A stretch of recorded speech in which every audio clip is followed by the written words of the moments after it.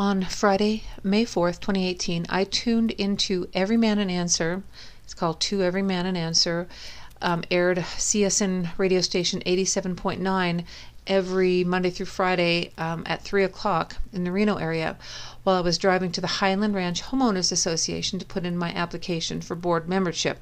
More on that story later, but for now, I was so angry while listening to Mike Kessler, I almost swore. Instead, thinking that the caller he was taking from Carson City at roughly 3:43 p.m. PST, Pacific Standard Time, was a female, as he had called this person Jill, I think. And when I heard the voice, I thought, that's no Jill. Well, it was Dylan. Dylan, can you hear me now? What Mike Kessler said was total bull. If God moves a person to scream repent at people, then by God, by our God, let them say it. There is a man out there who had given a testimony somewhere out on YouTube that the Lord had told him to shout at people at a ball game. Someone challenged him on it, but he said that's how he was saved outside of a bar. Actually, I think that was a testimony that I heard on a message from a man that I think I could actually believe. Mike Kessler puts God in a box. I guess he needs to do that rushing through his calls. I didn't hear any women today, so I didn't hear the word dear. Anyway, Dylan, Dwight, and David, those are the last three callers. Please don't take what this man says as gospel. If God tells you to cast out a demon, he'll tell you how to do it. David, as far as controlling women goes, oh boy, have I seen it in action.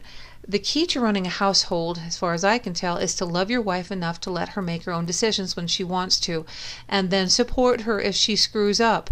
Don't base your relationship on how well the other one does. Base it on the fact you made a promise to love and stay, and so do it. P.S.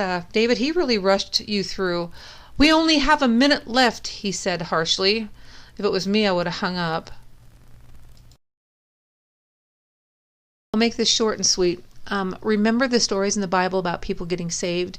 It was different each time.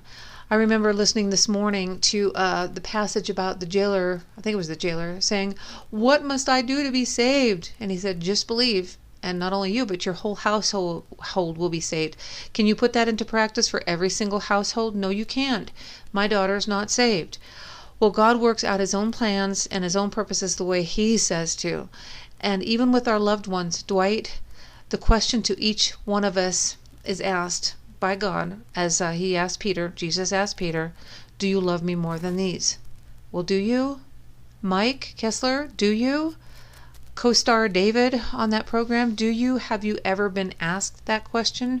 If you've never been asked that question, I would start questioning myself. End of message.